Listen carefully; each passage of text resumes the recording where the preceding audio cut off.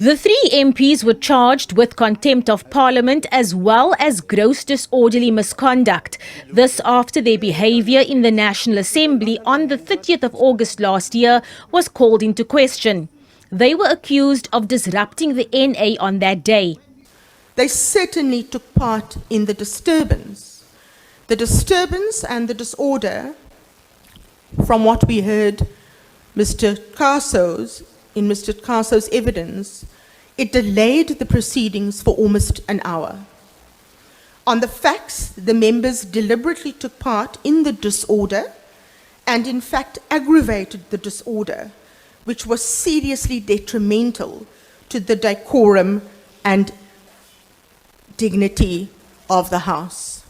The third accused, Veronica Mente, asked to be shown evidence of her alleged poor behaviour. Where are those remarks? Because you cannot fabricate evidence yourself. Where are the remarks that I said?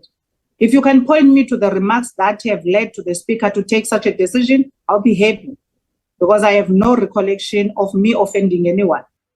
The committee conceded and dropped all charges against Mente. Her two co-accused tried to defend themselves, but they were not as fortunate. There is no defiance that I intentionally or deliberately made. I've said that to you, you know. No sane person can do that unless you are now putting words in my mouth that are different from what I was saying. I was saying that to you. I respected the Speaker of the House. Earlier on, I sat down, and I even sat down at a point where there was engagement in terms of whether I should be warned or not. So I don't know if that constitutes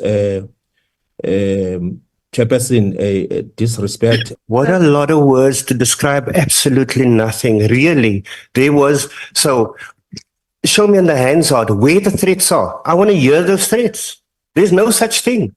Mr. Paulsen, this is someone's delusion. There really are no threats.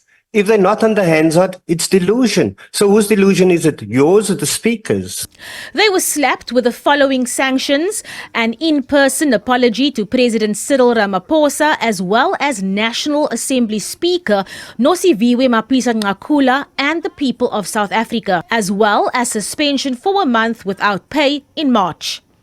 The EFF's legal counsel's argument was based on concern about the possibility of bias and the impartiality of the process. Can we genuinely say this committee will apply its mind independently against my members, or will they follow a political line of dealing with EFF members, quote unquote?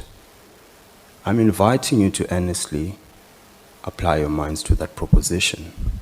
Opposition parties weighing in said the basis of this disciplinary process is that the rules of Parliament are there to be followed. The Speaker, in terms of the Powers and Privileges Act, in terms of the parliamentary rules, has the authority to issue an instruction. And if one refuses to obey that instruction, to my mind, one is in contempt of the rules of Parliament. And what then happens if one refuses to leave when instructed to do so, it does cause a disturbance and a delay, and also prevents members from exercising their constitutional and legal rights. Even in our own houses, Honorable Chairperson, our own homes, we have rules that our kids and all of us follow in our own homes. So as leaders and members of Parliament, we are expected to uphold the dignity and the decorum of the House. What we do in that House, which is at the glare of the world and the nation at large, should be a conduct that is acceptable, not a conduct that will make our society and the community at large to emulate what we are doing. We are in argument with the sanctions that have been proposed by the Council, and we support it. The EFF took another view on the matter. There is a targeting of the EFF, and all of us are going to regret it. It's a matter of 6 months now. All of you are going to regret this discrimination that you show to shield the president from accountability, from radical accountability. But generally, even if you did not want to, the discriminatory practice, which was demonstrated by the advocate leading, representing Honorable Paulsen and Ceza and the Honorable Veronica Mente, that discrimination was not considered. And I would say that we must consider it and withdraw all these charges. The apologies need to be made before the end of February next year. Once the committee adopts its report, it will go to the National Assembly for approval.